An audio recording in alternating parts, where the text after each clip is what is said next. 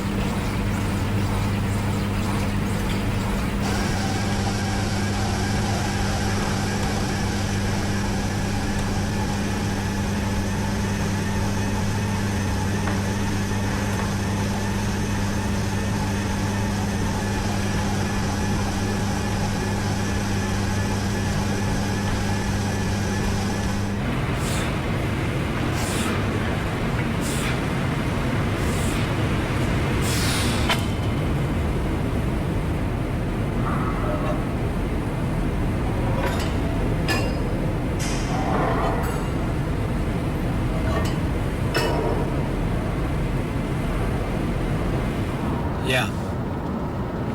Sure. Hi, my name is Mark Mobius. Yeah. I'm president of Templin Emerging Markets. We manage the largest emerging markets funds in the world. We now are managing over $50 billion in emerging markets funds.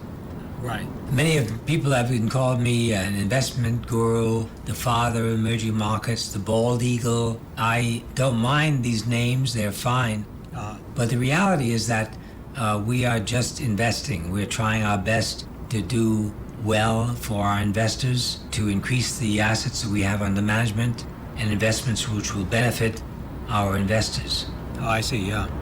Well, you see, what we ought to probably tell them is that there's nothing wrong with having all these restrictions for another manager. In other words, there are some managers who are indexing the portfolio, and that those managers would be best qualified to use for such, such a portfolio. But if they put restrictions like that, they're not using us in the right way, if you know what I mean. You know what I mean?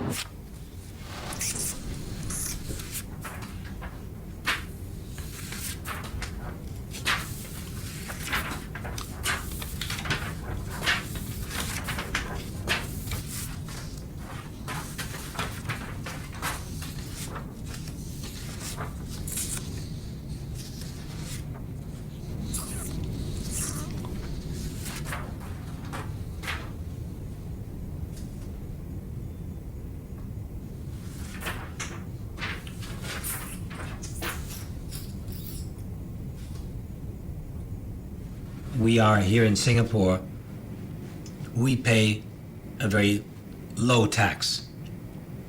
Why? Because the Singapore government wants to attract people like us, money managers, investment managers, to the city, because they want to become a financial center, global financial center. So we are able to pay very little tax, and in some cases no tax at all. And of course, our employees pay taxes, and we are hiring people to come in. So indirectly, the government benefits from people who are working here and paying taxes on their individual incomes.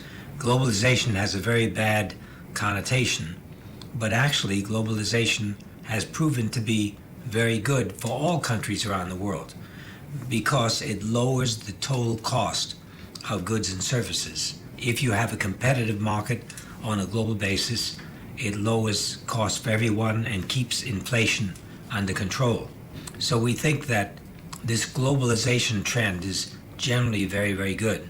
And of course, in our field, we are now investing in emerging markets, and we are helping the pensions in the West, in the developed countries, because we're earning money in emerging markets and moving it back to the West. It's quite possible that your pension fund is invested in one of our funds, because pension managers also want to have a diversity of opportunities around the world.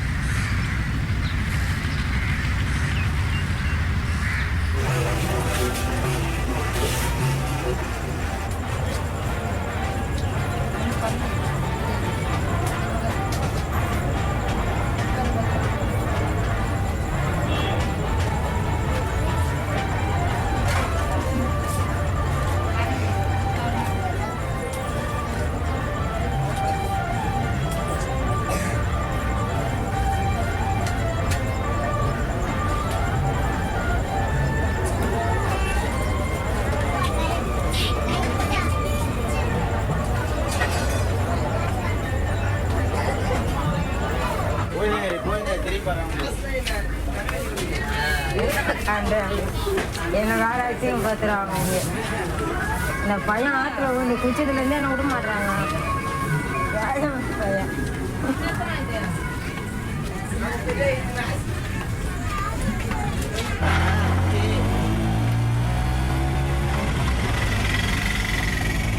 Was ich an Indien schätze, es ist eine Demokratie, hat ein klares Rechtssystem. Und wenn Sie hier ein Grundstück kaufen, so können Sie auch sicher sein, es gehört Ihnen und keiner kommt morgen mit neuen Steuern oder versucht es Ihnen irgendwie wegzunehmen. Das sind noch die Reste der Kolonialzeit. Aber dieses Rechtssystem ist für mich was ganz Wichtiges, ein wichtiges Investitionskriterium Und wir sind sehr zufrieden damit.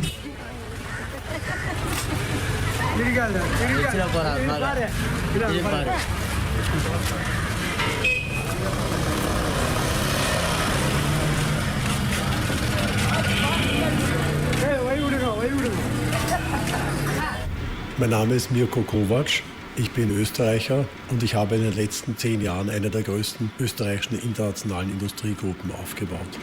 Hier schreit auch keiner nach dem Staat. Hier ist schon Selbsthilfe angesagt.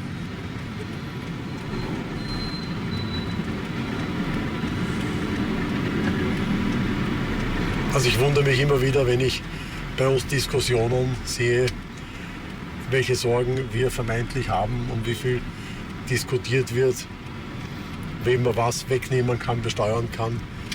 Das ist alles hier kein Thema. Hier geht es nur um die Wirtschaft.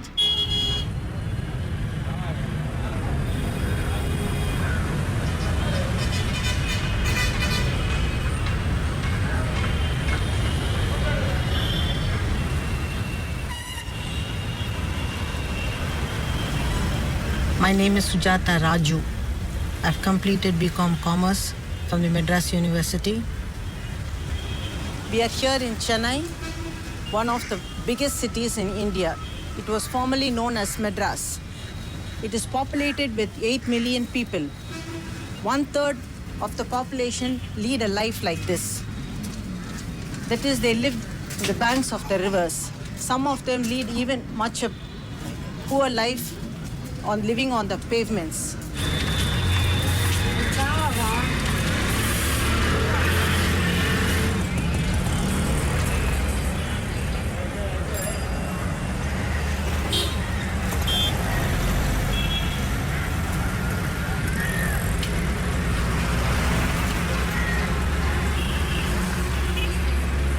In Europa denken die Studenten nach, ob nicht Soziologie interessant ist oder alle wollen Lehrer werden. Hier studieren sie Ingenieurwissenschaften. Da stelle ich mir schon die Frage, wer wo in 10, 20 Jahren sein wird. Ob die reicher werden und wir ärmer. Ich hoffe es nicht.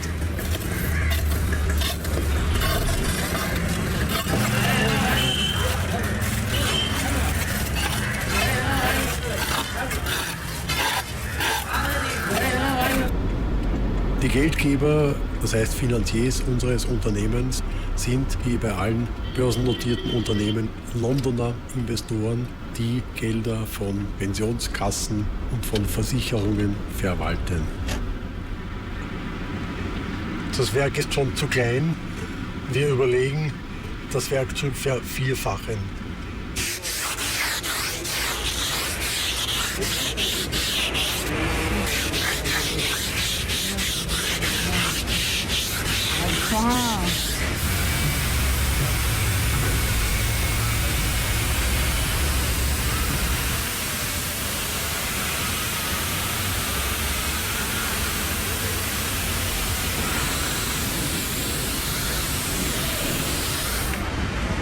Der Wettbewerb zwingt zu einer Vielzahl von Maßnahmen, die alle sehr unangenehm sind, aber wir sind unter dem Druck der Globalisierung und wir müssen nun mal uns bewähren gegen Leute, die sehr wenig verdienen, um ihr Leben arbeiten müssen. Und selbstverständlich wird die Arbeitszeit steigen und ich gehe davon aus, dass diese Mehrarbeitszeit auch in Zukunft nicht bezahlt wird. Ganz simpel gesagt, wir werden mehr arbeiten müssen. Daran führt kein Weg vorbei. Sehr ordentlich. Sehr ordentlich. War das schwer hinzukriegen? Ich sag mal, das bedeutet eine Menge Kraft hier reinzuschicken. Ja, aber die es Leute geht. immer wieder zu überzeugen, Aber es geht, das zu wie man tun, sieht. was Ja, ich mir also- vorgestellt habe. Aber das ging, ja. Das geht. Ja. Also bin sehr überrascht. Irgendwelche Diskussionen mit Gewerkschaften? Nein, bis jetzt zum Glück keine. Nein. Ich versuche in meiner Arbeit auch die sozialen Randbedingungen der Mitarbeiter hier so ein bisschen zu berücksichtigen. Was verdient ein Schweißer? Ein Schweißer verdient hier umgerechnet ca. 200 € im Monatsdurchschnitt. Verdient er oder kostet er uns? Verdient er. Und Er kostet kostet uns uns ungefähr 25% mehr. 2,50. Ja. Und ein Ingenieur? ein Ingenieur ungefähr das 8- bis 10-fache. Also 2.500. Das heißt, ist noch immer weit unter Europa, aber natürlich von billig schon entfernt. Ja. Und Sie müssen berücksichtigen, aufgrund des boomenden Marktes in den indischen Ländern wird sicherlich die Preissteigerungsrate in den nächsten Jahren nicht bei 3 bis 5% liegen, sondern sicherlich bei 10 bis 15%. Ja. Das muss also in unserer Überlegung in die Zukunft auch mit berücksichtigt werden. Also auch hier muss man effizient sein. Ja, man kann sich nicht leisten, großzügig zu sein. Ganz genau. Die Kosten steigen. Und das ist auch das Ziel, was ich hier an den Tag gelegt habe, dass ich also das Handling minimiere, die Nebenkosten versuche zu minimieren und dass ich in Zukunft auch auf teilautomatische Fertigung gehen möchte, um damit die Kosten auch so ein bisschen runterzubekommen oder unten zu halten.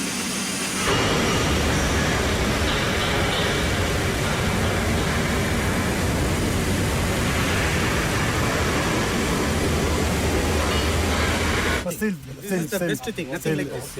This is the best. This is the best because we do not have to move the factory. Exactly. We have all the infrastructure. All infrastructure, including canteen, administration. And I think to build a building, this takes 6 months maximum, including foundations. It's all prefab.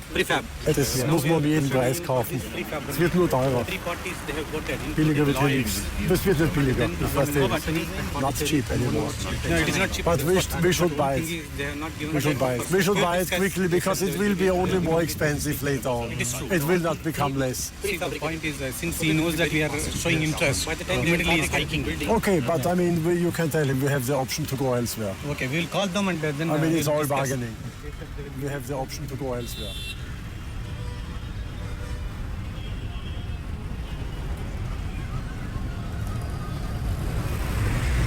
Indians pay their taxes. Taxes collected by the government in the form of sales tax, revenue tax, water tax, electricity tax, property tax, and so many other taxes are collected by the government. But this revenue is given to the foreign investors in the form of grants. And the government lacks the money to take care of the social welfare of the people.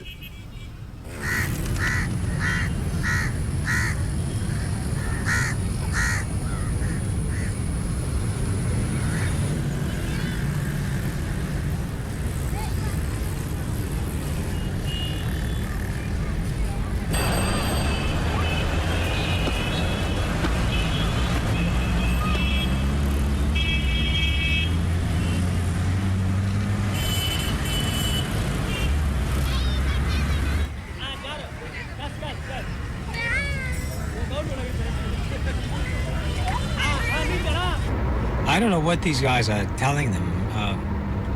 I think maybe who would be the person to talk to there? No, I mean on their side. I don't think an investor should be responsible for the ethics or the pollution or whatever of the company in which he's invested. Yeah, what? That's not his job. His job is to invest and make money for his clients. Yeah. Shall we give him a ring, you think? When we talk about emerging markets, we're really talking about growth. Growth is what we are all about. That's the reason why we got into emerging markets in the first place. And it's panned out just like we expected 20 years ago when the IFC started to use the word emerging markets. You know, in the past it wasn't called emerging markets. It was called underdeveloped countries, the poor, the third world, the South, etc., etc. Then someone had the bright idea of calling it emerging markets. Sounded really nice and, you know, fast growing. And of course, that's exactly what happens. Umwelt- und Sozialstandards werden hier noch lange am jetzigen Status bleiben. Die Kosten, um das zu heben, würden, glaube ich, diese Länder wie Indien oder China nicht tragen können in absehbarer Zeit. Das ist die Realität, ob es einem gefällt oder nicht, ist dahingestellt. Die große Anzahl der Menschen ist arm und sie wird auch lange arm bleiben, weil sie müssen um jeden Preis wettbewerbsfähig bleiben. Daher glaube ich, dass da bis auf Deklarationen von gutem Willen in den nächsten Jahrzehnten sehr, sehr wenig geschehen wird können, weil es nicht leistbar sein wird. Flourishment, economic growth has nothing to do with the people or the society. Economic growth is only for the politicians, for the investor, and for the middleman who plays between them. 10 years ago, in a middle-class family, if the income of the family is at around 10,000, they were able to save at least 2,000 to 3,000 rupees. But those days are gone. Today, even if they earn 20,000, they are not able to save a single penny. There is a lot of foreign culture inside India, and people are getting accustomed to it, following all the ways to imitate the Western culture. But poverty has not been eradicated. There are still poor people. This can be eradicated only if there is a good political system in India.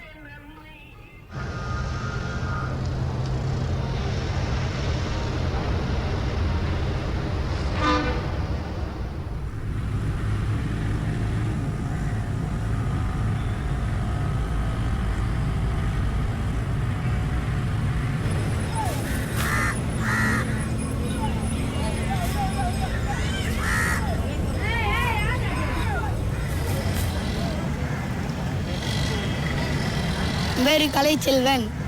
நான் 7வது படிக்கிறேன். எனக்கு வயசு 12. நான் என் பிறந்ததுலேருந்து இங்கே தான் இருக்கேன், காந்தி நகரில். நான் பெரிய நாருக்கு அப்புறம் லாயராக ஆனால் ஆசைப்பட்றேன். ஊழியெல்லாம் அழிக்க போகிறேன். இதுதான் என்னோட லட்சியம்.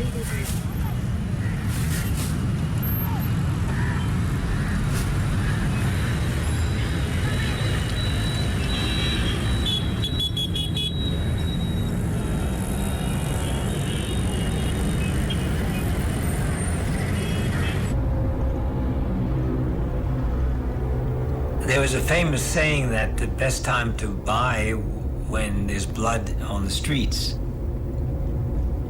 And I add to that saying is that even if it's your own, because usually when there's war and revolution and political problems, economic problems, prices of stocks go down, and those people that bought at the bottom made a lot of money.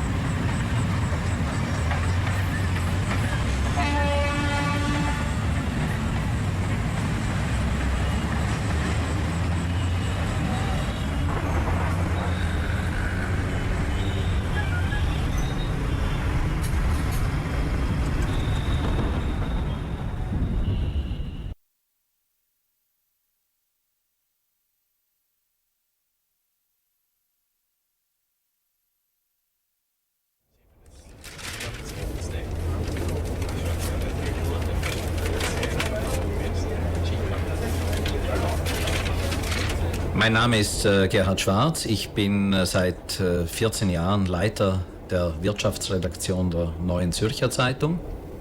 Daneben nehme ich einen Lehrauftrag an der Universität Zürich wahr.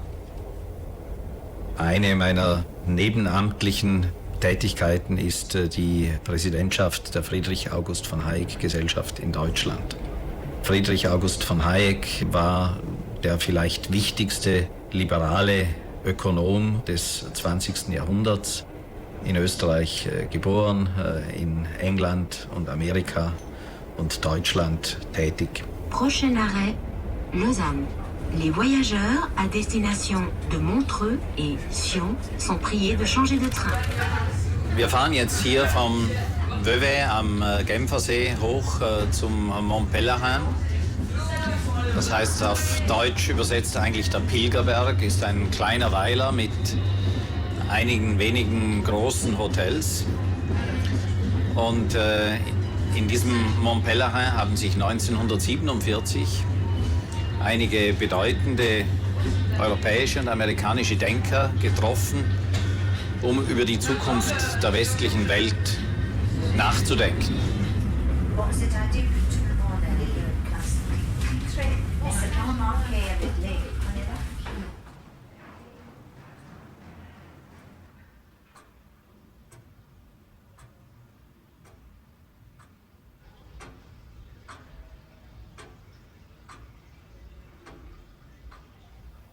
Die Mont Pelerin-Gesellschaft wurde in diesem Hotel du Parc gegründet.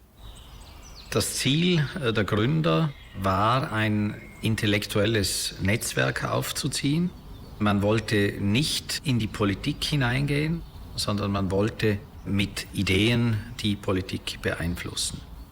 Berühmt wurde die Mont Pelerin Society dann in den 80er Jahren mit Ronald Reagan. In seiner Regierung und in seinem Beraterteam waren ganz viele amerikanische Mitglieder der Mont Pelerin Society. Man sagt streckenweise 20 oder mehr Mitglieder. Und etwa zur gleichen Zeit hat natürlich auch Margaret Thatcher, Lady Thatcher, sich stark auf die Ideen von Friedrich von Hayek und von verschiedenen britischen Mitgliedern der Mont Pelerin Society gestützt.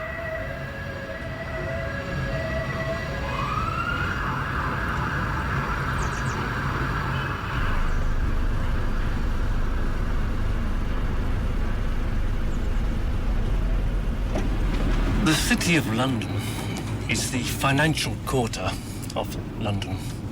It holds the largest accumulation of banks anywhere in the world. And since the 1980s, it has purposefully gone out of its way to attract banks from all continents. In the 1970s, the British government, facing a crisis of its manufacturing industry, set out to make the City of London the preeminent financial centre. And it did this by drastically deregulating the controls over the banks and the major financial houses that operate here. It allowed the banks to lend credit in a very relaxed sort of way. It deregulated financial services generally. More importantly, it allowed the banks to move many of their operations offshore to financial centres like Jersey, Guernsey, the Isle of Man, and even further afield in the Caribbean, Cayman and the British Virgin Islands. The purpose of this was to allow British banks to attract capital from all over the world into the city and give the City of London access to cheap capital.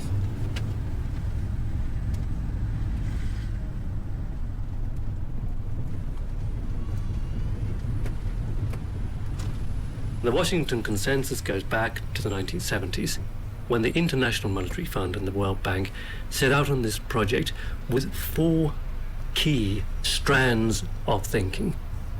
Strand number 1 was to deregulate financial markets around the world. In other words, to allow capital to move freely from one country to another. The second part was to liberalize trade flows. In other words, to break down the trade barriers that have been put in place very carefully over many decades by developing countries to protect their own industries. The third strand was to completely break the hold of the states, to reduce the ability of the states to intervene. In other words, bring down tax revenues so the states could not intervene to protect their citizens. And the fourth strand was to require the states to privatize their industries.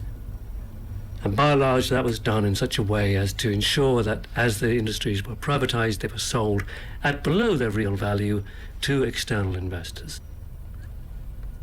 These are the 4 strands of political pressure coming from the International Monetary Fund and the World Bank, which people call neoliberalism.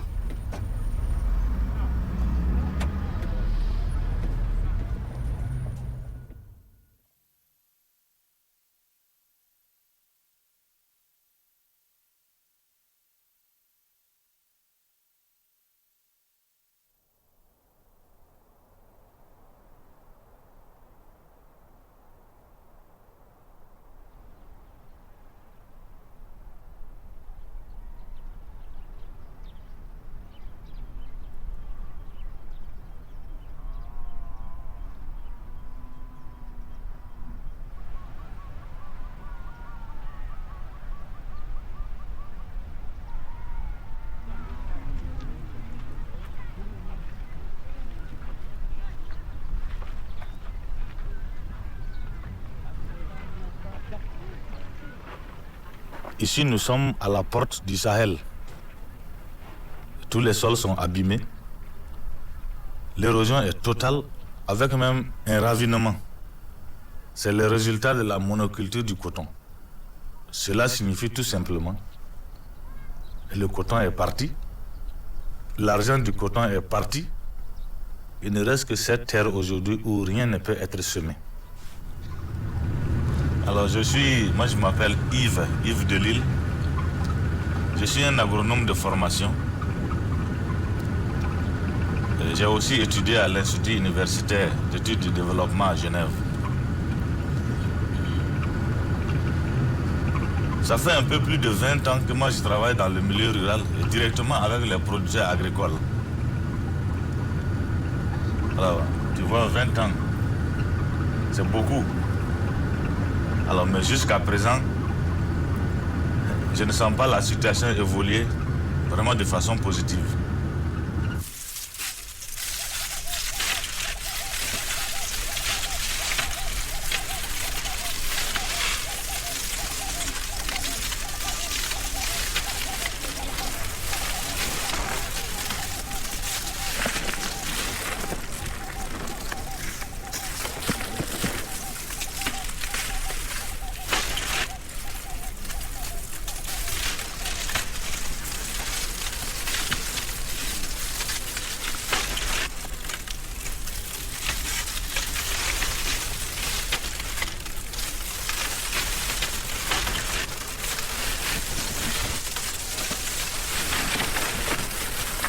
Ces gens, ils ne peuvent pas, par an, le plus souvent dépasser 50 €.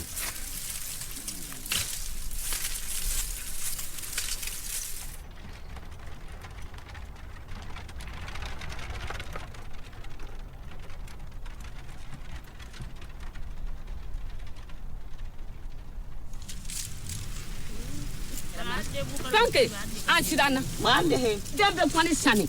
Fui. Amena kai kukuti. Ni afana mate buriye ibena kai kukuti. Adu no bena nyama. Ambe hera so. Gwa ka kore ni. Abe ta fo ye. Obe nyama ka kwani chang. Nyana ma. Ofana be sabari. Wali beto. Ka doni faraka. Burukina amfana be hera so. Muso kura ni beta lo. Fui. Ni mata lo e den foro la ibena kadi. Abe sabari. Amba dadila. Ay la nyaba amba to na to ya mina. Jango demira doni soro. Na e doni soro. Wala. Ka bo jurura o. Wala. Ale lo kan.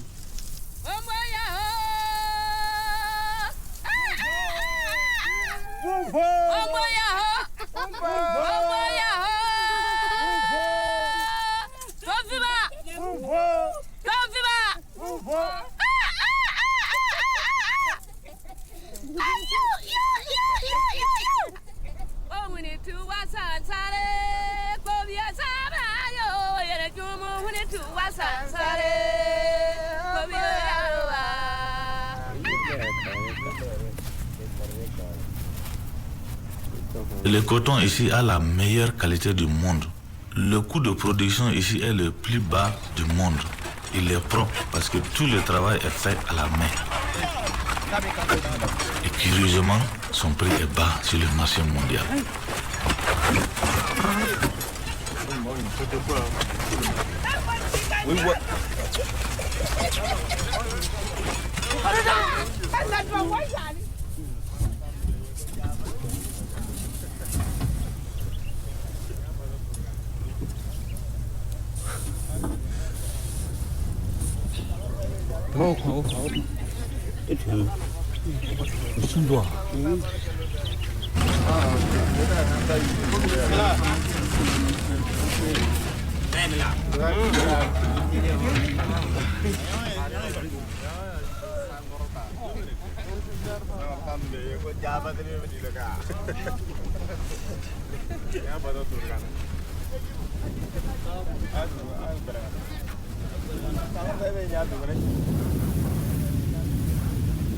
Au niveau des États-Unis, ils octroient chaque année à leurs paysans cotonculteurs autour de 3 milliards de dollars. Si les Américains sont des libéraux, alors allons pour le libéralisme. Pourquoi ils vont subventionner les producteurs? Pourquoi? Ce n'est plus de libéralisme. Ils font du protectionnisme et ils nous imposent le libéralisme. C'est 2 poids 2 mesures. C'est comme si sur un terrain de football, on dit oui, l'équipe A peut porter des madres ferrées et elle peut jouer avec la main. En plus, et l'équipe B, qui est les équipes africaines et des petits pays comme nous, pas de madres, et puis rien que les tibias. Vous pensez que c'est normal ça?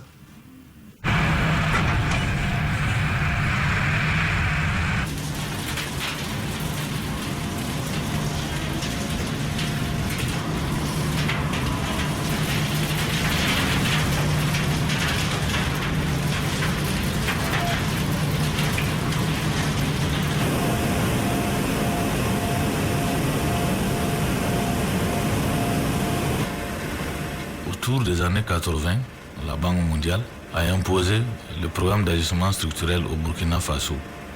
Qu'est-ce que cela signifie pour ce pays? Les produits primaires qui sont exportés, pour le coton par exemple, c'est du coton brut et sans valeur ajoutée. Tout ce qui intéresse la Banque mondiale, les investisseurs privés, c'est de pomper et pomper continuellement les matières premières. Coton, bois, café, cacao, or, ainsi de suite. Avant, c'était le colonisateur qui forçait à produire. Aujourd'hui, c'est comme si c'est la Banque mondiale qui force à travers l'argent pour que le coton soit produit, et massivement.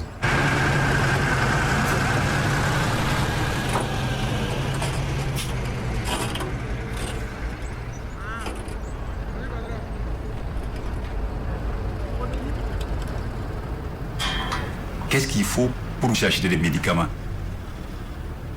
Il faut forcément des devises quelque part. Donc c'est le coton qui peut nous apporter cette devise. Je vous ai dit que le coton faisait vivre 2 millions de producteurs en direct. Mais si vous faites le calcul en Afrique, où chaque Africain, généralement, a au moins 15 personnes derrière lui, multiplié 2 millions, vous voyez rapidement, on se retrouve avec toute la population qui vit du coton. Si le coton n'était pas subventionné au niveau des États-Unis, le Burkina par an allait faire un bénéfice minimum de 80 milliards de francs CFA. Alors que les aides bilatérales, les prêts de l'Union européenne, des États-Unis, du Japon mélangés, par an, ça tourne autour de 20 milliards de francs CFA. Vous voyez qu'on n'aurait pas besoin d'aller s'endetter pour développer notre pays. Rien que par le travail des paysans, on aurait pu construire les écoles, les routes. On aurait fait en sorte que ces enfants qui sont là aient un avenir meilleur. Donc voilà aujourd'hui ce que nous vivons comme détresse au niveau de la filière cotonnière.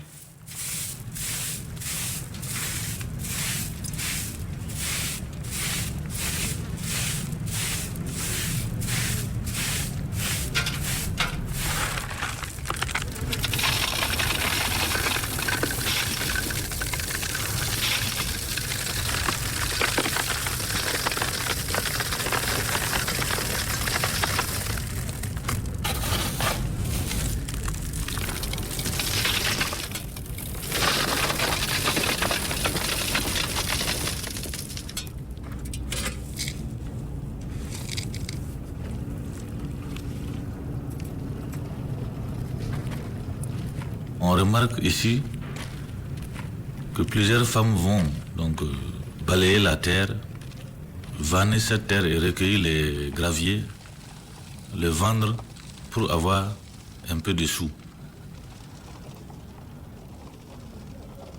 Et selon le classement du PNUD, il ne dépasse que 3 pays dans le monde. 62% vivent avec moins d'$1 par jour et une bonne partie de ces 62% est déjà tombée ou en train de tomber dans la misère. Une situation encore plus difficile que la pauvreté. Alors, 40% des enfants ne vont pas à l'école. Et pour ceux qui vont à l'école, seulement 1 à 2% atteignent l'université. L'espérance de vie ici est de 42 ans. Quand on parle de misère ici, il faut dire que la couche sociale la plus touchée, ce sont les femmes, mais aussi les enfants. Certaines vont dans les carrières où elles, pour avoir environ 50 centimes d'euros par jour.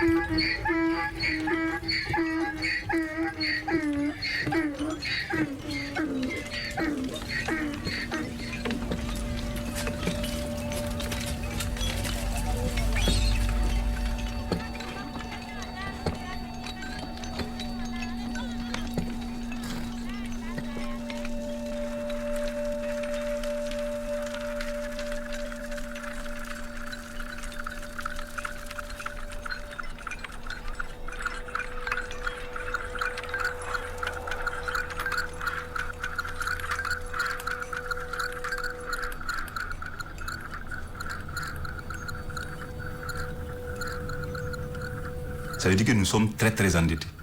Chaque Burkinabé qui naît aujourd'hui doit déjà beaucoup. En termes de dette, celui qui va naître dans 25 ans, qui n'est même pas encore né.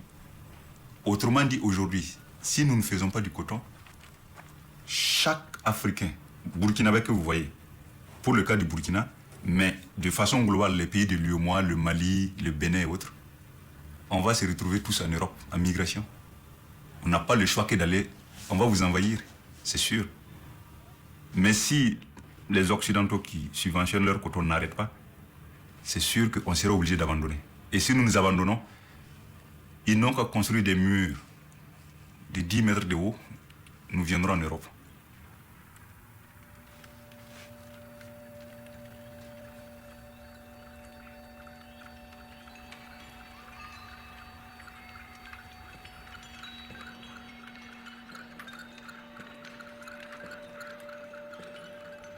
Alle Liberalen dieser Welt sind der Meinung, dass Grenzen offen sein sollten für Güter, für Geld und für Dienstleistungen.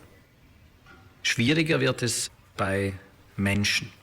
Da muss man sich überlegen, ob man nicht eine Art Eintrittspreise verlangen müsste, so wie man eben in einem Club auch Eintrittspreise verlangt. Also wer in einen Tennisclub eintritt, muss in der Regel einen Eintrittspreis zahlen, nicht nur eine monatliche oder eine jährliche Gebühr wie die Steuern, sondern er muss einen Eintrittspreis zahlen, weil die Vorgänger, die schon da sind, das Clubhaus aufgebaut haben, die Plätze aufgebaut haben und damit eigentlich ein Neuer von etwas profitiert, zu dem er nichts beigetragen hat.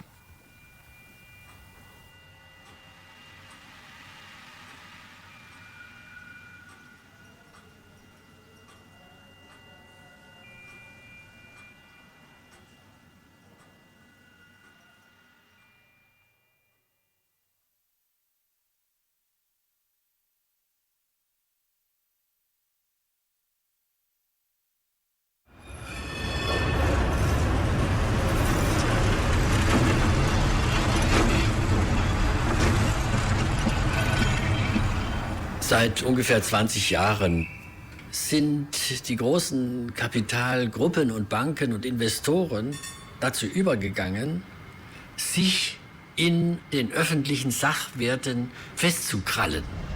In den Sachwerten, hinter denen letztlich irgendwie dann doch der Staat steht, die Bürger, die ihre regelmäßigen Mieten, ihre Wassergebühren und so weiter bezahlen müssen.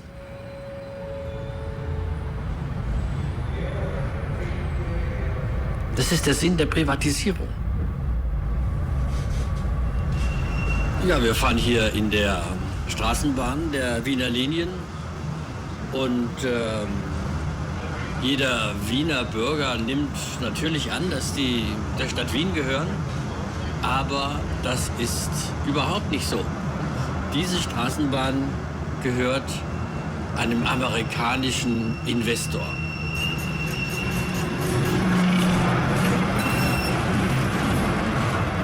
Ja, vor ein paar Jahren hat der Stadtrat von Wien beschlossen, seine Straßenbahnen an amerikanische Investoren zu verkaufen.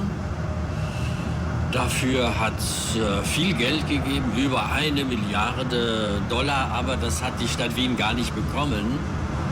Das ist weitergeleitet worden an englische und andere Banken und die haben das Geld übernommen und die zahlen dann für die Stadt Wien viele Jahre lang Leasingraten an den amerikanischen Investor, damit die Stadt Wien die verkauften Straßenbahnen wieder benutzen darf. Muss man sich mal vorstellen.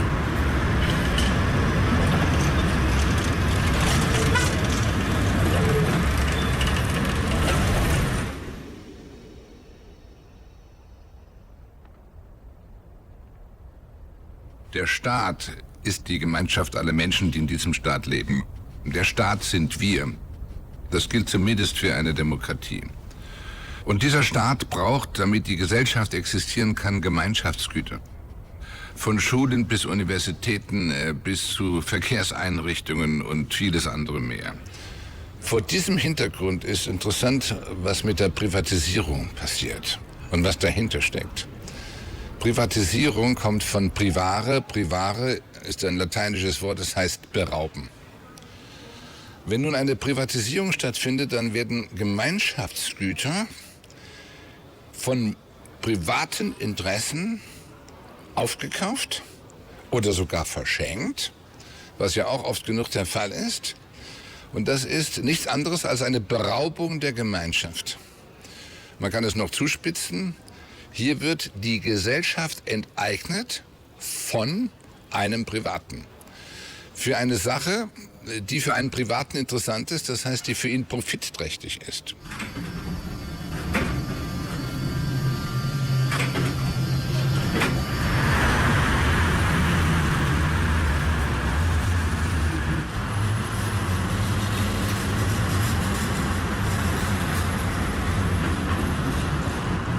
Dieses kuriose Konstrukt Cross-Border Leasing ist natürlich in einem großen Umfang praktiziert worden, nicht nur mit den Wiener Straßenbahnen, sondern auch die österreichischen Bundesbahnen haben ihre Züge an amerikanische Investoren verkauft.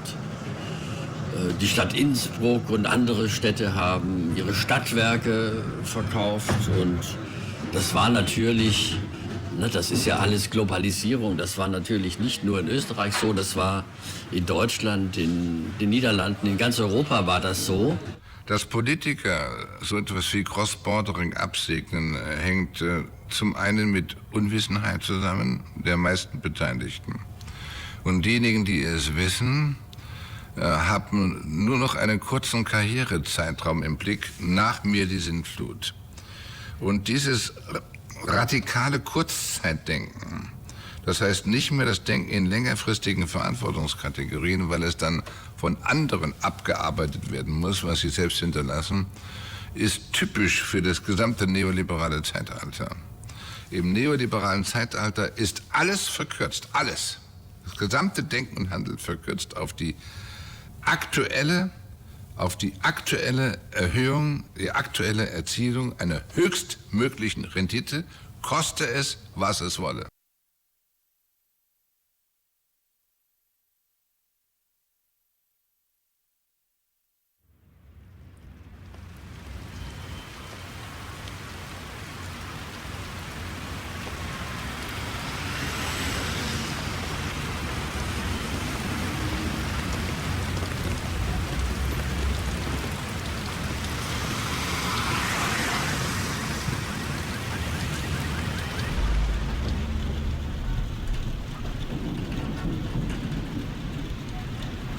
The picture that people normally paint of a homeless person being an old, drunk alcoholic or something is simply not true. We have people coming to the shelter from domestic violence.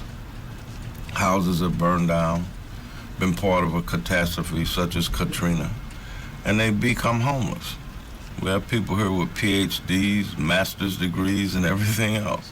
People who are lawyers, formerly doctors, that something went wrong in their lives and they wind up homeless. But overall, most of our clients come from the DC area. Face South, attention. Ladies on the floor. There are ladies on the floor. Gentlemen, dress accordingly. There are ladies on the floor.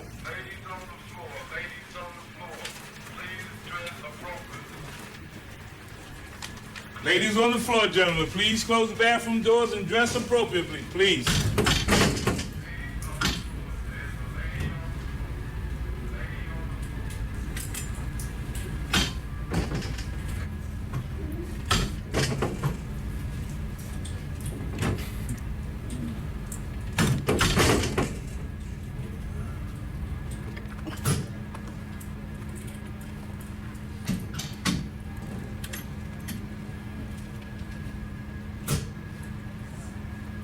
That's it.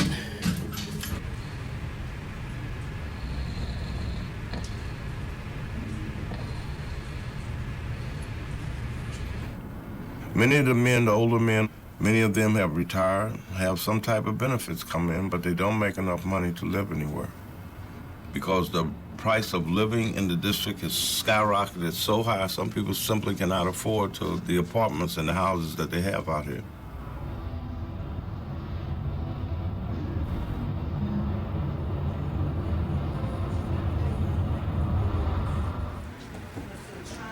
This organization has been running off the donations from the average citizen. I see the checks that come in. We didn't get one from the World Bank.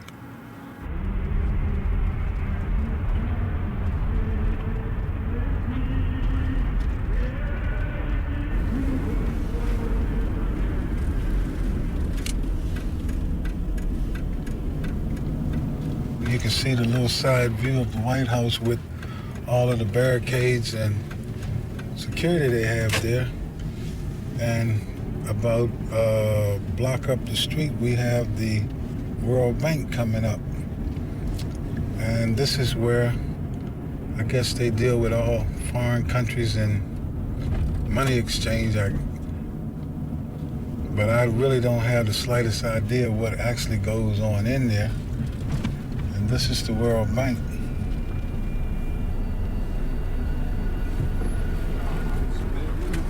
I want a half. I don't want all the way out. I just want a little bit.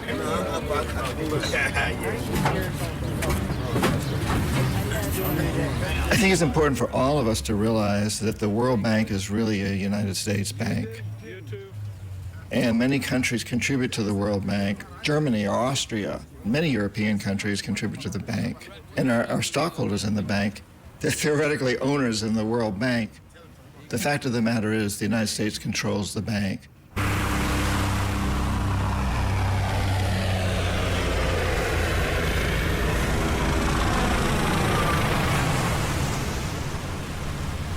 I'm John Perkins. I'm a U.S. citizen, born in the United States, raised in the United States. I'm a former economic hitman.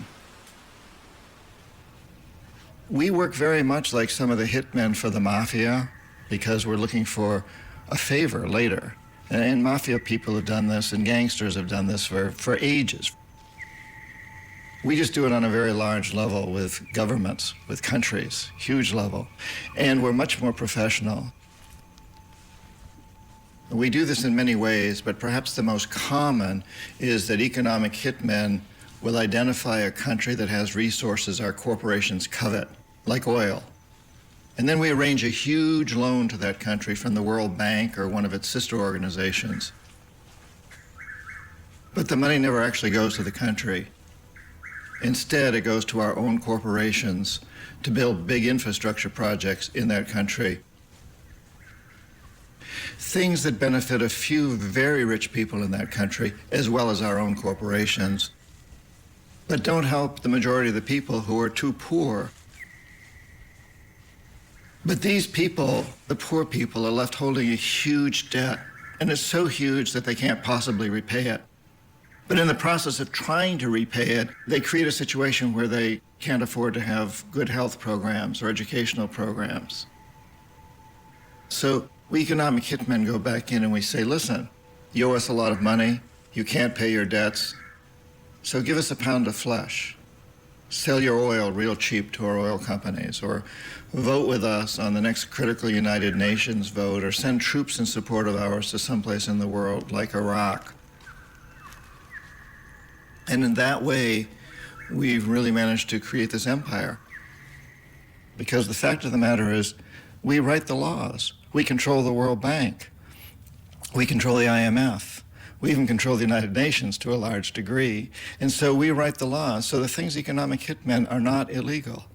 Putting countries in huge debt and then demanding favors in return, that's not illegal. It should be. It isn't.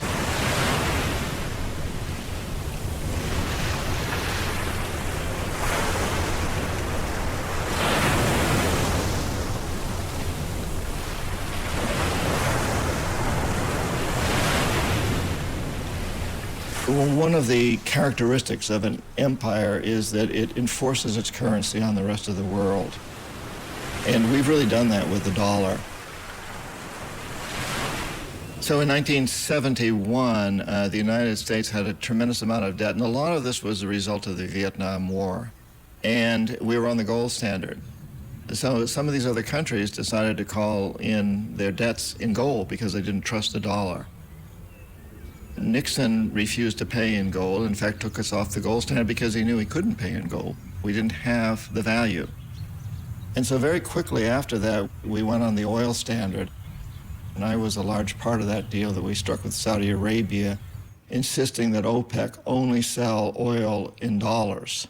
And so suddenly the dollar moves from the gold standard to the oil standard, which in many respects is a much more important standard because oil is intrinsically more valuable than gold in this day and age. And so suddenly the world can only buy oil for dollars, and the dollar is a very, very important currency.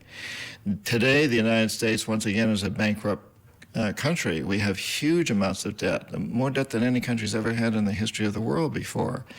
And if some other country to call that debt in a currency other than the dollar, we'd be in very, very serious trouble. Right now, they're only calling it in dollars because oil is the big commodity, and you can only buy oil in dollars. But Saddam Hussein threatened to sell oil for something other than dollars just before he was taken down.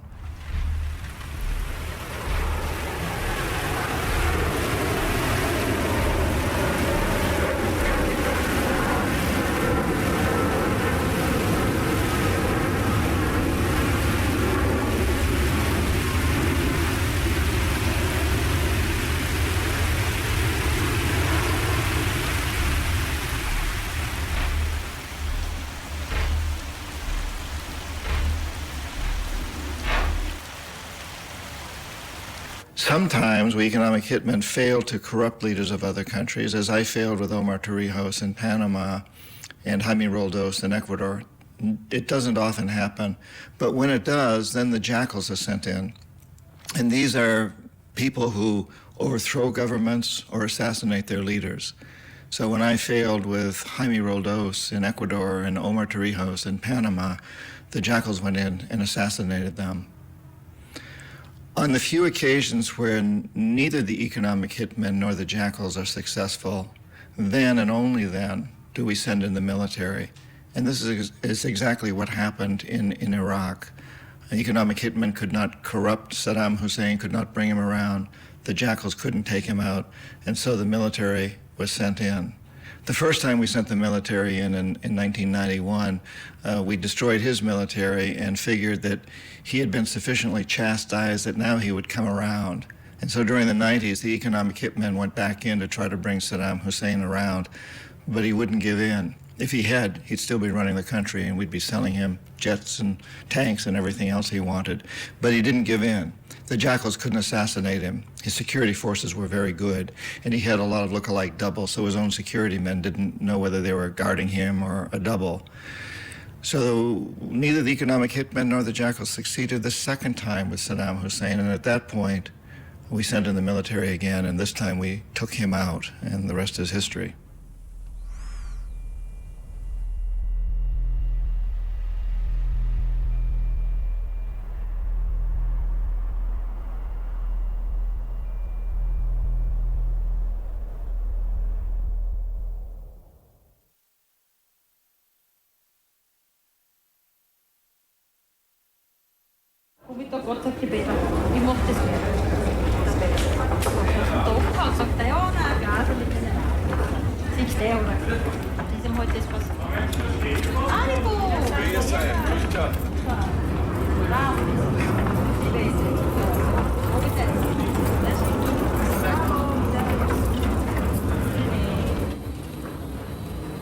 In den letzten 10, 15 Jahren kam es zu einer dramatischen Verschiebung der Einkommensverteilung durch die Globalisierung.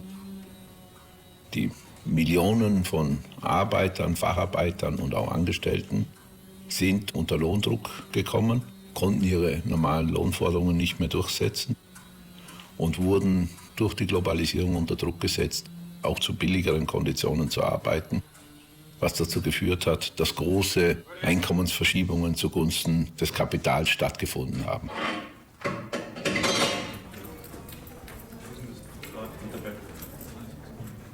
Diese große Menge an Geld musste jetzt angelegt werden. Und das hat jetzt letztendlich dazu geführt, dass wir eine dramatische Fehlentwicklung haben und dass es eine neue Industrie gibt, nämlich die Industrie der Finanzdienstleister, der Investmentbanker, der Private Equity Fonds, der Hedgefonds. Diese neue Industrie ist insofern phänomenal, als sie eigentlich sehr viel Geld verdient, aber nicht beim Einsatz ihres eigenen Geldes, sondern sie verdient ihr Geld beim Einsatz von fremdem Geld und bekommt für jeden Euro und für jeden Dollar, den sie investieren, eine Provision.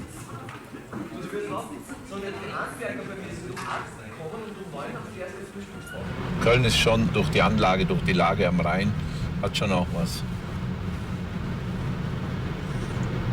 Mein Name ist Anton Schneider.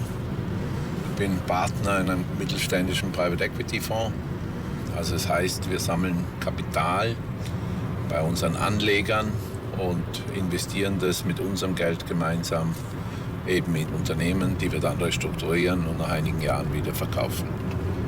Private Equity Industrie steht sehr im Blickfeld, weil in der Regel Unternehmen gekauft werden mit einem relativ geringen Eigenkapitaleinsatz. Der Kaufpreis wird zum größten Teil durch Schulden finanziert. Diese Schulden werden dann ins Unternehmen hineinfusioniert, sodass die Unternehmen, die dann gekauft wurden, sehr, sehr hohe Schulden bedienen müssen und weniger Geld für Investitionen zur Verfügung haben in der Regel. Es geht eigentlich so lange gut, solange die Wirtschaft gut läuft und hohe Gewinne zu erwarten sind und es keine Konjunkturdelle gibt. Es geht in der Regel auch so lange gut, solange die Unternehmen Jahre davor viele investiert hatten und sich sehr gut aufgestellt hatten. Aber in vielen Fällen geht es nicht gut und die Kaufpreise in den letzten Jahren sind ins Unendliche gestiegen und wurden mit unglaublich hohen Fremdkapitalien finanziert. Und das Risiko ist jetzt in vielen Fällen, dass die Unternehmen diese Schulden nicht mehr bedienen können, dass die Banken dann die Kredite abschreiben müssen und die Unternehmen, wenn man so will, ausgecasht werden über Jahre und nicht das tun, was sie eigentlich tun sollen, nämlich Produkte entwickeln, investieren, neue Arbeitsplätze schaffen. Deswegen wird ja auch von den Heuschrecken gesprochen. Und ich glaube, dieser Begriff trifft es leider in vielen Fällen sehr genau. Und dieses ganze Finanzsystem hat sich in den letzten Jahren zugespitzt. Aus zwei Gründen. Einmal diejenigen, die das Kapital besitzen, werden immer noch gieriger. Und zum anderen, weil die Verwalter von dem Kapital Gebühren kassieren. Und je mehr sie in riskante Anlageformen geben, desto höher ist ihr Anteil an diesem Kuchen.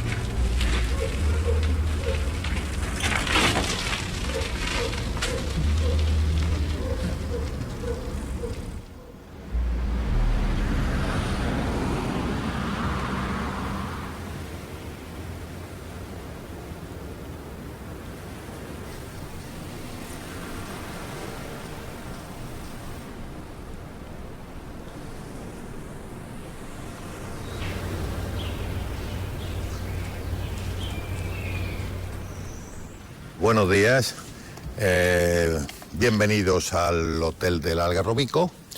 Estamos en España, Andalucía, Almería y esto es el pueblo de Carboneras. Este pueblo de Carboneras es un pueblo que está integrado en el Parque Natural de Cabo de Gata. Lo tenemos hacia allá, hacia el poniente, y es una reserva importante marina y terrestre en la que es un espacio protegido donde nos preocupamos de mantener el hábitat, el clima, el aire puro y las especies tanto marinas como terrestres. Pues bien, este hotel del Algarrobico es un proyecto importante.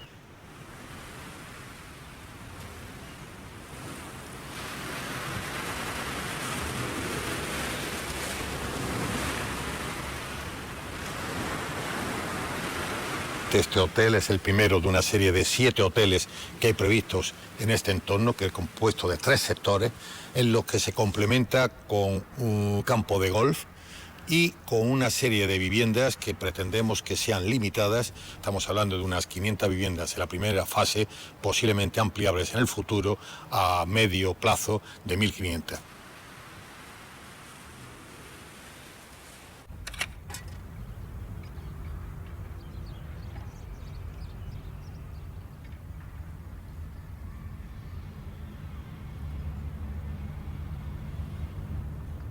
Mi nombre es Miguel Ángel Torres y soy funcionario público, soy ingeniero técnico en topografía. Desde hace 18 años conozco bien cómo se ha desarrollado el proceso de la construcción en la Costa del Sol. Este es Parque Victoria y hay 4.000 viviendas aproximadamente en construcción. Resultan ser propiedades para invertir y de esta forma pues inmobiliarias y empresa y banca europea en general pueden rentabilizar su dinero una media de un 20% de beneficio anual, cuando sabemos que en la banca convencional y en la bolsa pues el beneficio normalmente es de un 5 o un 6%. De este modo, aquí y en toda la costa española se construyen gran parte de las viviendas para no vivir en ellas ni para usarlas de vacaciones, sino como simple inicio de una cadena de inversión. Después de todo este proceso, lo que queda es que hay miles de viviendas que resultan estar vacías y que han producido un enriquecimiento rápido de personas que no conocemos y que no viven aquí.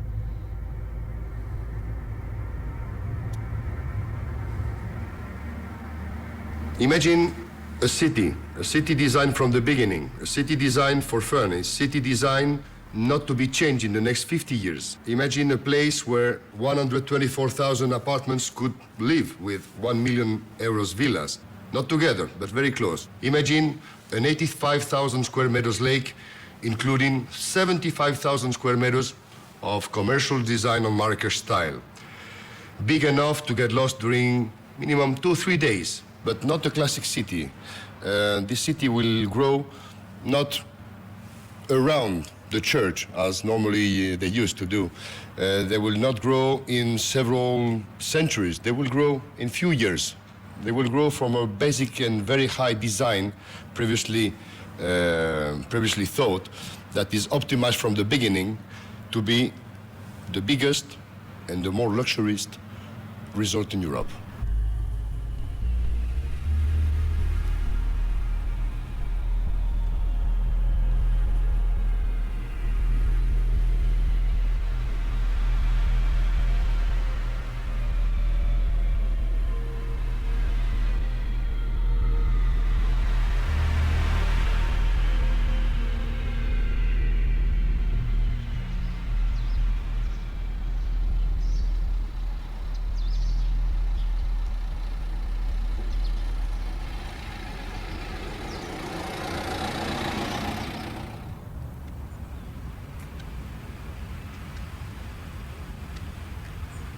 Realmente, si usted tiene un fondo de pensiones de la banca europea, normalmente es probable que lo hayan invertido en construcción aquí en la costa, porque estos apartamentos que están comprados están vacíos todo el año. La gente joven española no puede tener acceso a la compra de una de estas viviendas porque alcanzan unos precios que son muy superiores a lo que ellos pueden pagar. Realmente el mantenimiento de toda esa edificación, que es de muy mala calidad, el agua, los recursos naturales, corre a cargo del propio Estado español y sin embargo no se reciben ningún beneficio aparente a cambio de estas 800.000 viviendas que se construyen en España cada año.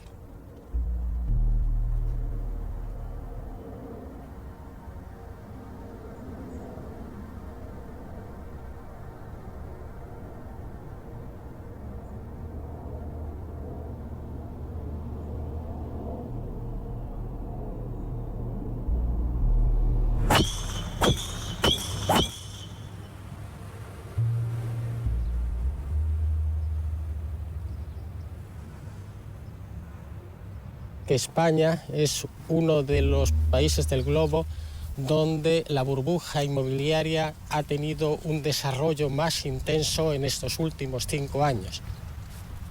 Y podríamos hablar de un verdadero tsunami urbanizador, tsunami de cemento que está azotando las costas españolas y los archipiélagos, ¿no?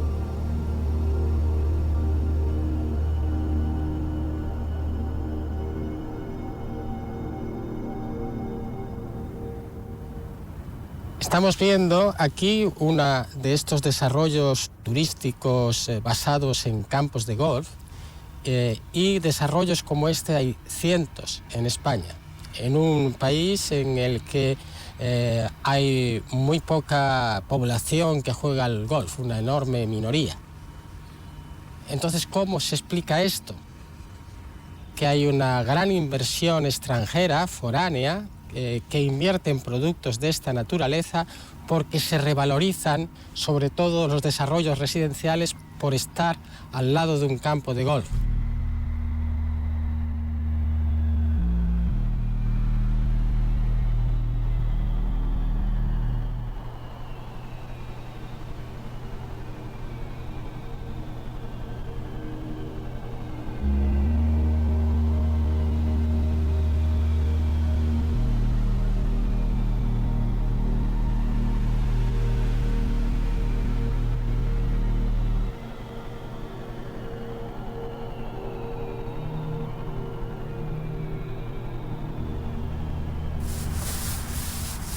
Bueno, aquí podemos ver cómo esto es algo absolutamente artificial, ¿no? Porque estamos creando una zona verde en mitad del desierto con una enorme cantidad de agua. Un campo de golf de este tipo requiere o necesita una cantidad de agua aproximadamente como una ciudad de 20.000 habitantes.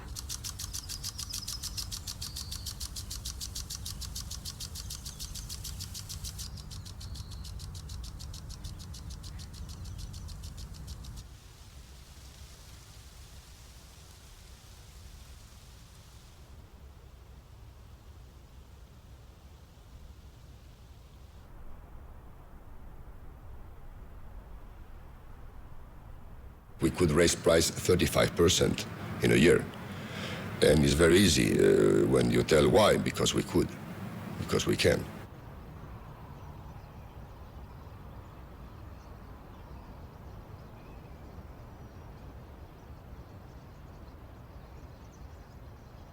De las 11 principales compañías constructoras del mundo, 7 son españolas y algunas están íntimamente relacionadas con grandes clubes de fútbol. La mayor empresa constructora española, que es ACS, está presidida por el que fue hasta hace poco presidente del Real Madrid.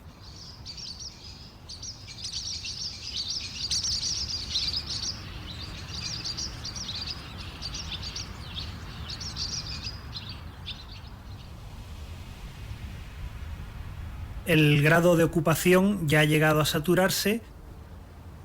En la costa española, todo el litoral, el primer kilómetro del litoral está ocupado en un 80%, se está empezando a ocupar los espacios naturales.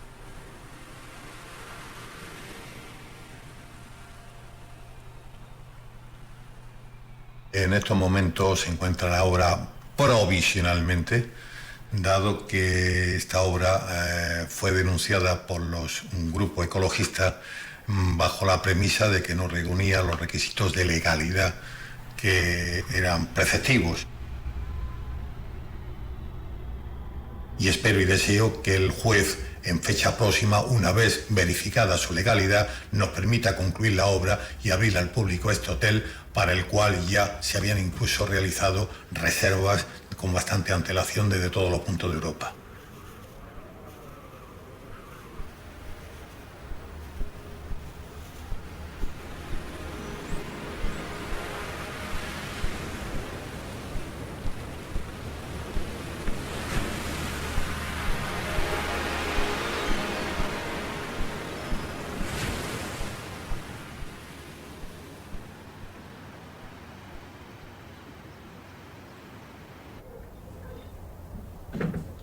El sector de la construcción se abastece principalmente de mano de obra de trabajadores inmigrantes, debido a que se puede ofrecer una cantidad muy baja de sueldo a personas que vienen de África o de Sudamérica y poniendo en circulación el dinero negro que le entra a las empresas constructoras y lo tienen que sacar también mediante sus propios trabajadores.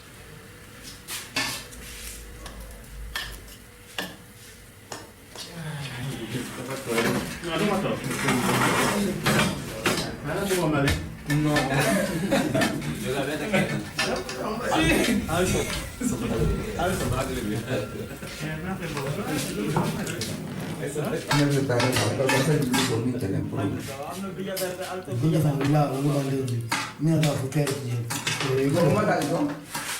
Eso es España. Villa Verde, ¿no? Madrid, vamos Villa Verde, Alto Villa Verde. Finalmente Villa Verde. Yoga Verde, Yoga Verde. Yoga Verde. Yoga Verde, no Villa Verde. Villa Verde. Jàmbaar yi si boole ñuy football. ñoom Real Madrid.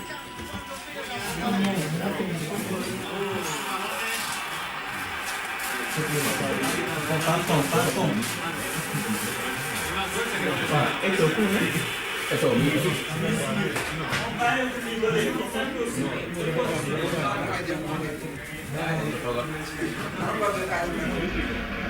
Ahí está jugando el Real Club Deportivo Español, balón dentro, ahí la proporciona.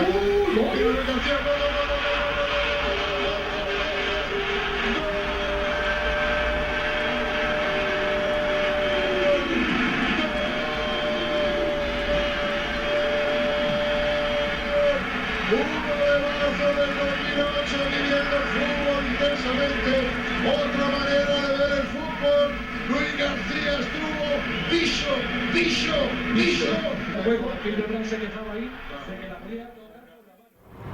Warum macht eigentlich niemand etwas, wenn das Finanzsystem so eine Fehlentwicklung genommen hat?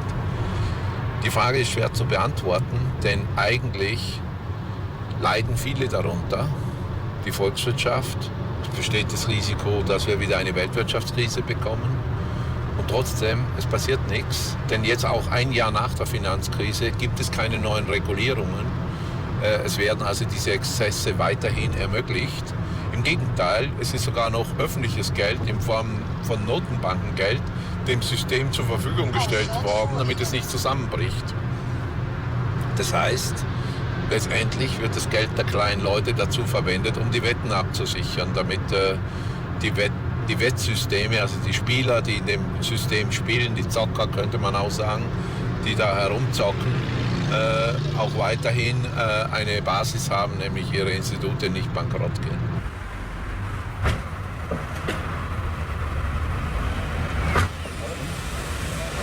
Ja, natürlich ist es natürlich problematisch. Es ist offensichtlich so, dass verschiedene Katastrophen über die Menschheit immer wieder in Wellen hereinbrechen. Und nach jeder dieser Katastrophen wurden Spielregeln neu definiert, um solche Katastrophen zu vermeiden. Nach der Weltwirtschaftskrise wurden ganz neue Spielregeln für Banken eingeführt. Es war das gesamte Bankwesen relativ stark reguliert und es war deswegen reguliert, weil man so eine Krise wie die Weltwirtschaftskrise vermeiden wollte. In den letzten Jahren hat sich aber eine Denkrichtung durchgesetzt, die sagt, wir brauchen gar nichts regulieren, der Markt reguliert alles.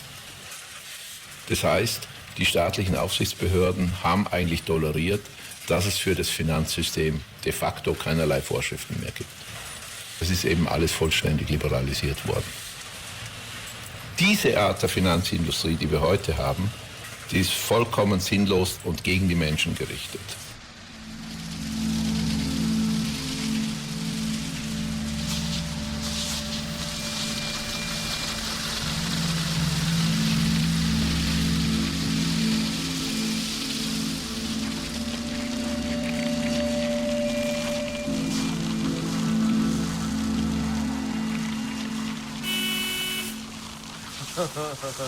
Ziemlich gut.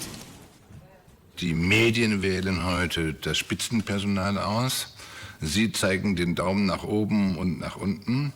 Es geht nach Mediengefälligkeit und nach Rampenlichtsuche und Ehrgeiz und nicht mehr nach seriösen, immer weniger jedenfalls, nach seriösen Politikentwürfen.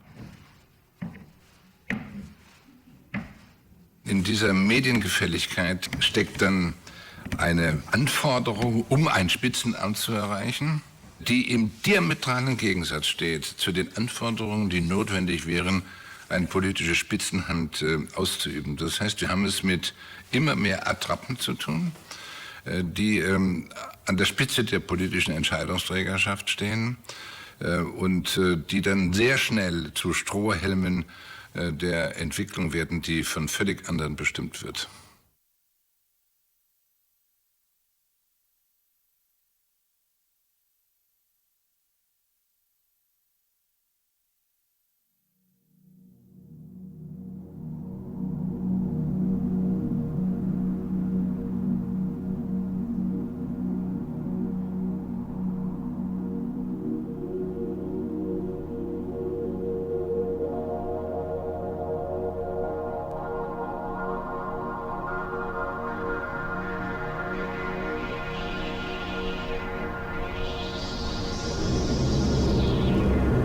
Ladies and gentlemen, welcome to Jersey Airport. Please remain seated with your seatbelts fastened until the aircraft comes to a complete stop and the seatbelt signs are switched off. Please be careful when leaving your seats and opening the overhead lockers as items may have moved in flight. This is St Helier. St Helier is the capital of Jersey and the largest town on the island, although the island itself is very small. On the right here we see the buildings of the Royal Court of Jersey. The buildings act both as the seat of government and as the seat of justice for major criminal cases. We're approaching now some of the new headquarters of legal firms. Although Jersey may be regarded as a financial base, to underpin that financial support, you need legal advice. Many of the warehouses have now been converted into modern banks and offices so that we will have overall a complete financial centre in this new part of St Helier. For example, we have over there the headquarters of Credit Suisse, as well as European banks. We have some American banks such as Citigroup, who also have a presence in Jersey. So they're a Scottish bank, but alongside them we have one from further away, the Bank of India. So it shows we have not only European and American banks, but we are looking elsewhere around the world as well. This is the offices of Deutsche Bank, one of the many European banks which we have in the island. Deutsche Bank, like others, have come to the island because they are impressed by the services we can offer. I am Senator Terry Laswur, the Deputy Chief Minister of the island of Jersey, and also the Minister for Treasury and Resources. For many years, Jersey has been known for its Jersey cows, its Jersey potatoes. We were very much a rural community living on agriculture and tourism. But in the last 50 years, there's been a growth in the financial services industry, and this came about when someone saw the opportunity for lending money in Jersey in a way which could be beneficial to the rest of the world.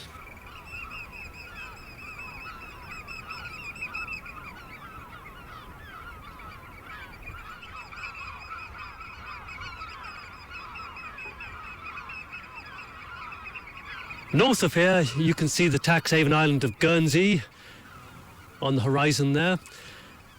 The next island along is the island of Brecou, Herm, and then the island of Sark, which is also a tax haven. And then, looking to the east, we have the island of Jersey, which is the island which I came from, where I grew up, and where I returned in 1986 to work in the financial centre, and later to become economic advisor to the government here.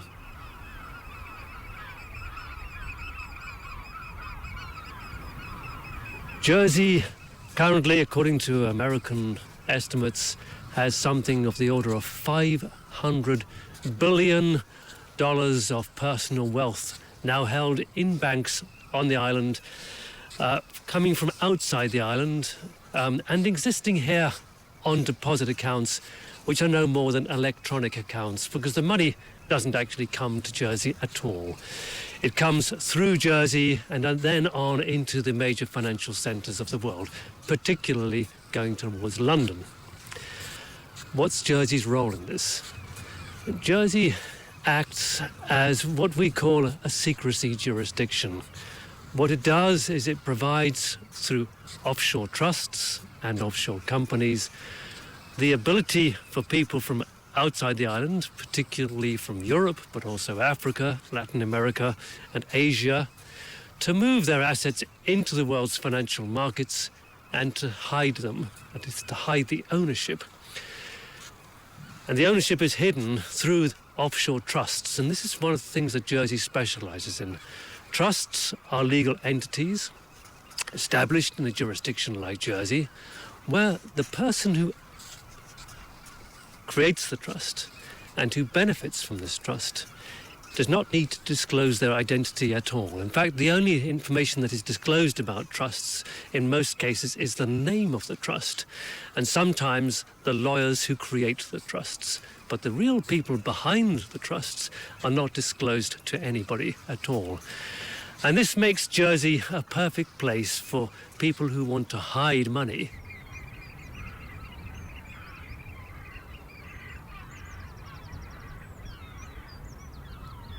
A typical structure for tax avoidance or tax evasion would involve setting up a trust here in Jersey. The trust would own a company in Luxembourg.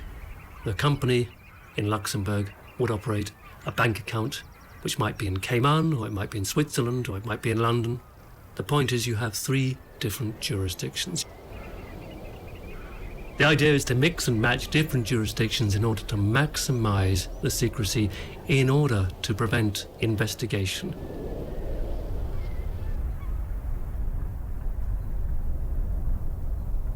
It is quite simply impossible to discover who is behind this trust, who really owns this company, who really operates this bank account. Now, this raises very profound issues for contemporary capitalism, because the vast majority of global trade now goes through tax havens, and the vast majority of that trade is passing through these tax havens not in a physical form, but on paper, only on paper. And the purpose of this trade going through tax havens like Jersey is to shift capital out of the country where wealth is being produced into the tax havens. Jersey does not tax companies which have no presence in Jersey, and all we do is provide services to these companies, as indeed do many other financial jurisdictions. But Jersey has perhaps more expertise and better regulation than most, and has built up a very good reputation for international services. And we have a situation now where Jersey can hold its head up and compete with international centres like Switzerland and Luxembourg and say that we are as good or better than they are, and we can provide anything that these people can, just as well or better.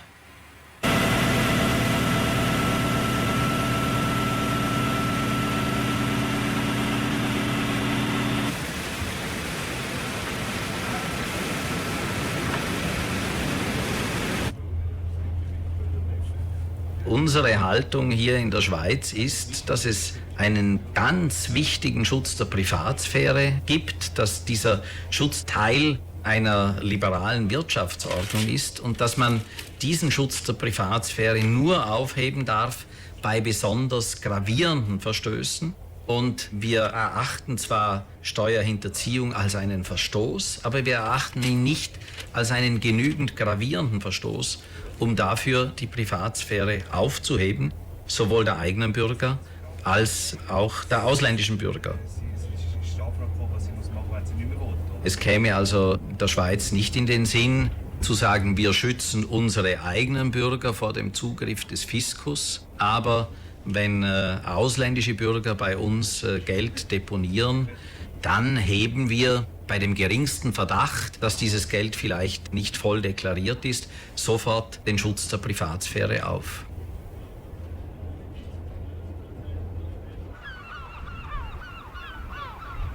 For the majority of developing countries, these tax havens are in fact a catastrophe. The reason they're a catastrophe is because they enable massive capital flight out of developing countries to tax havens. And in many cases, that capital never returns. It's estimated that for every dollar of aid that flows into Africa, at least $10 flows out under the table. One of the things that I found most peculiar about working in the financial services industry was the culture of the workers themselves. Many of them are very intelligent people indeed, lawyers, accountants, bankers, highly trained through universities, very privileged people. By and large, they hate the jobs. The jobs are boring, repetitive, stupid, but the money's fantastic. They know that the work they do is without worth. They don't create value in any economic sense of that term. What they do is allow capital which is being created in one country to be accumulated in a different country where it will become concentrated in the hands of a very small elite of the world's population. Maybe no larger than 3%, possibly even smaller.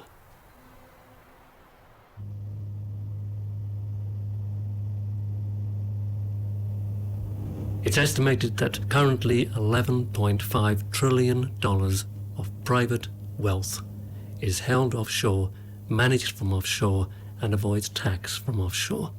What does $11.5 trillion look like?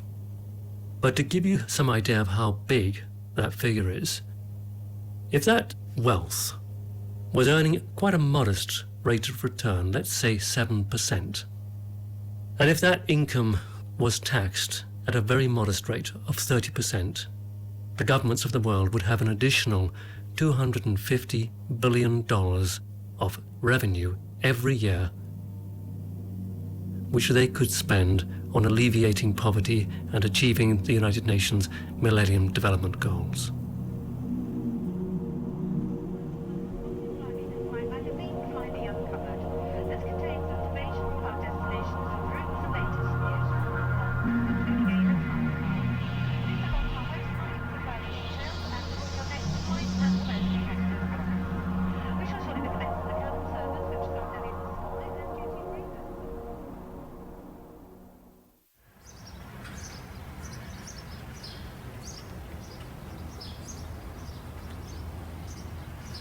Der Satz der Allgemeinen Erklärung der Menschenrechte, der Mensch ist gleich an Rechten und Würde geboren. Wenn dieses Prinzip aufrechterhalten werden will, dann muss es andere Umverteilungen geben. Dann muss es Umverteilungen zugunsten der Gesellschaft geben und nicht zugunsten einiger weniger. Nur dann kann das humanitäre Prinzip aufrechterhalten werden. Wenn wir so weitermachen, dann kommen neue Selektionsmechanismen. Selektionsmechanismen zwischen Staaten, zwischen Rassen, zwischen Religionen, zwischen berechtigten Menschen, zwischen Unberechtigten, zwischen wertvollen und nicht wertvollen Menschen. Dann wird der monetäre Wert des Menschen irgendwann in den Vordergrund geschoben. Und dann beginnt ein neues Zeitalter der Barbarei. Das ist unausweichlich.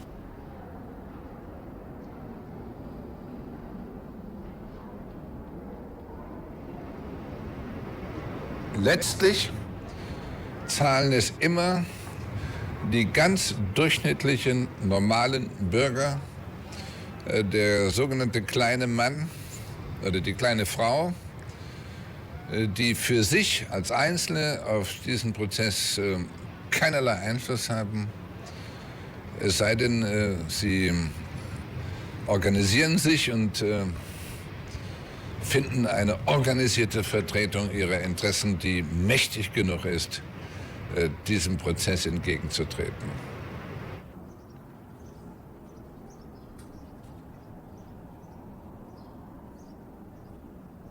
Wir sehen unten im Reichstag, im Sitz des Deutschen Bundestages, das Ende des Zweiten Weltkrieges, der hier im Reichstag praktisch beendet worden ist mit der Übernahme des Reichstags durch russische Soldaten, die dann ihren Gruß an die Heimat an die Wand gemalt haben. Und das ist hier erhalten geblieben als Mahnmal dafür, dass wir ohne völlig neue Lösung der Verteilungsfrage und ohne völlig neue Lösung der Umweltfrage hin zu erneuerbaren Ressourcen, weg von den erschöpflichen Ressourcen, die nicht für alle reichen. Wenn wir das nicht machen, dann kommen Dinge, wie sie hier ihr Ende gefunden haben im Zweiten Weltkrieg, in irgendwelchen Formen immer wieder.